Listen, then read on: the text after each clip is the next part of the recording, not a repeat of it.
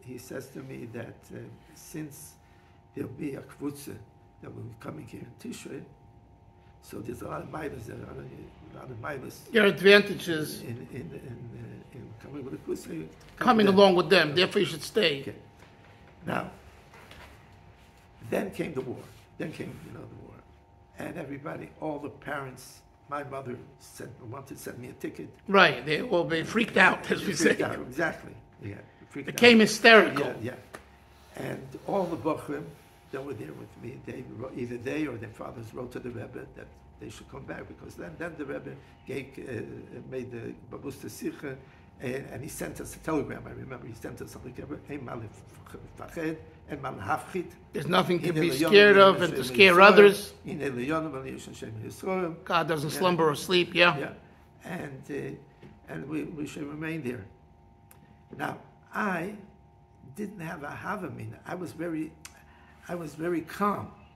I didn't have a havamina. You didn't have a thought coming back. Because the minute that I got a letter from the Rebbe, I should come in Elu, then I know that that's going to happen to me. Right. If I'm coming in Elu, nothing's going to happen to me. So I was very calm. Okay, but how'd you deal with your mother? Yeah, well, the advantage was, in those days, there was no communication every minute that you could send me in WhatsApp. Right. And also a telephone in those days was also very expensive, right? Expensive. So it was mainly through letters. Mm-hmm. And okay, so you come back. So you finish Kvar Chabad. You come back. What's next? Oh, so I wasn't feeling well. Feeling well mean physically? Yeah. I wasn't feeling well. Everybody went to shlichus. I came back into summer. No, I have to. Yeah, into summer. And I wasn't feeling well. And my father had knew a friend in Ezras Torah. Ezras Torah is Margolin, Rabbi Margolin. Rabbi Moshe Margolin, yeah. And so he asked him, could you maybe for just the summer, find yourself, give him a job. Until the Seder starts. Yeah, give me a job. Give him a job in Ezras Torah.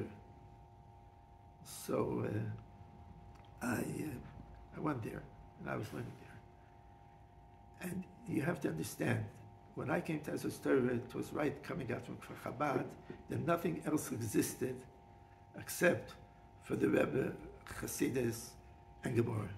Right. Nothing else existed. Right, Torah and Chassidus. Yeah. As far as Agadol B'Yisrael, I didn't know of others, just the Rebbe. So to me, it was just the Rebbe, there was the Gemara, and there was the Chassidus, and Avodas Hashem, and that's it. I came to Ezras Torah, and I wasn't aware. Which was headed by Rav Henkin. Yeah, Rav Henkin was. Elio Henkin, the great guy. You'll tell me something about it, yeah? And then people would come in to give pushkas. Yeah. They would come in to give the pushkas. They collected money, right. Yeah. And then they saw me, and they saw there was a Lubavitcher. And they said, wow, the Lubavitchers of Faratsto, they expand all over, even here.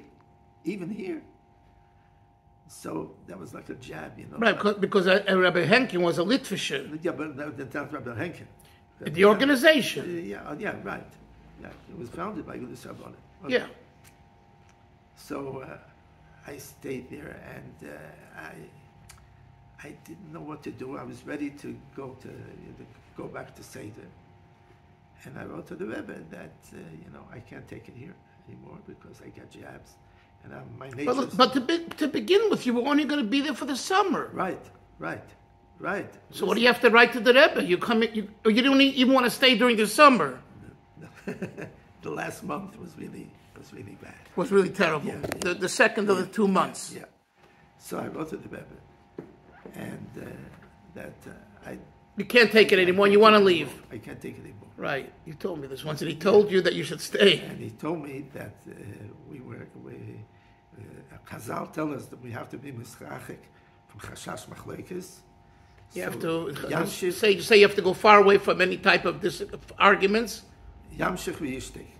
Yamshich v'yishtek. You should continue and be quiet. In other words, don't answer back. that made me calm, because until now, if I thought to myself, if I wouldn't answer back, it's like shtika k'edor. Right, like it's like you're agreeing to what they're saying. So you felt that you should answer. Yeah, but then if I answer, I'll get into argument. Right. So you were confused. So the moment the Rebbe told me yishteik, so I had a heter already. Yeah. That's just like shtika k'edor. Kept quiet. Okay. And then, again, I had written about something else. I was going back to yeshiva, and the Rebbe said, stay there. Wow, and you were only 19 years old. Yeah, 20 years old. 20 years old. 20 years old, yeah. And the Rebbe told you not to go back to yeshiva, but to stay there. Wow. At first I didn't understand it, but later on everything became clear. So I remained there. And I saw what the Litvish was all about. I'm not going to go into that now. Right. And Rabbi Henkin was the Pesach Hadar before Rabbi Moshe. Right. He was considered the Asur of America. Right, because he was here earlier also. Oh, right. And all the rabbis in Orga said who had shyness or whatever. Would ask him questions. Would write to him. Right. And at first he had a Seder, Kriyas and learning, with his grandson, Alav Shalom, Rabbi Henkin, who later came here. Yeah, he was killed. Yeah.